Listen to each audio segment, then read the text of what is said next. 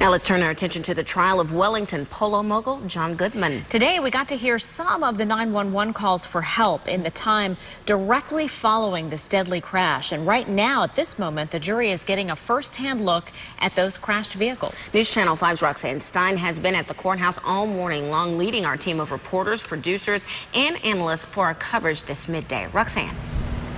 It has been a very emotional day of testimony, both inside and outside the courtroom. First, as you mentioned, the 911 tapes that were phoned in the night of the accident.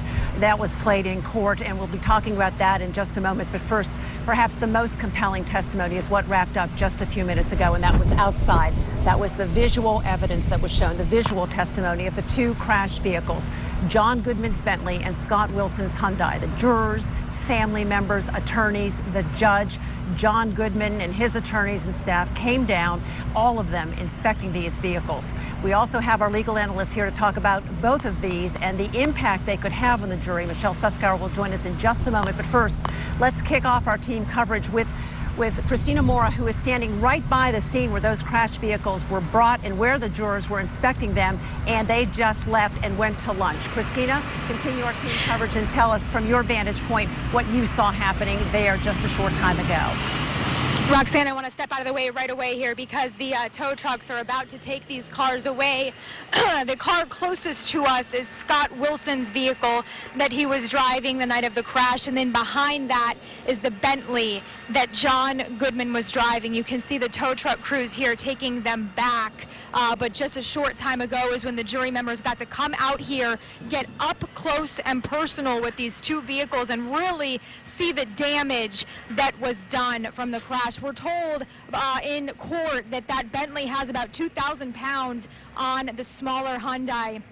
So when they hit, it really did create quite the impact. And besides this, besides seeing these two cars, we certainly had a lot of emotional testimony going on in court. We heard from Deputy Troy Snellgrove, who's the traffic homicide investigator. He said Goodman that night smelled of alcohol, that he seemed slow-moving, had slurred speech, and bloodshot eyes. But the real crucial part of today so far inside the courtroom were those 911 calls. Several people saw the Bentley actually first, and they called 911.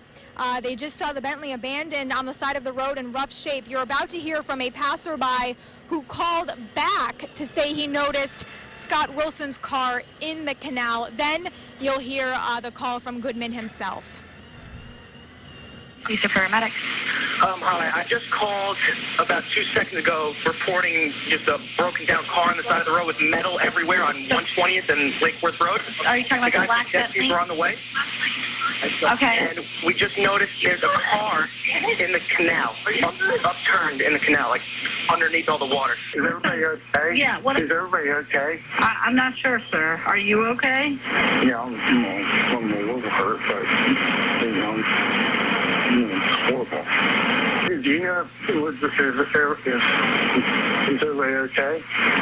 I don't know, sir. Let me just try to update this, okay?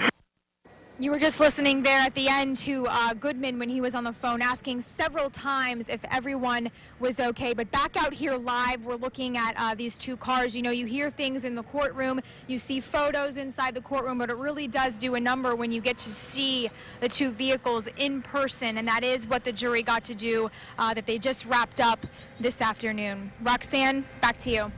All right, Christina, and that's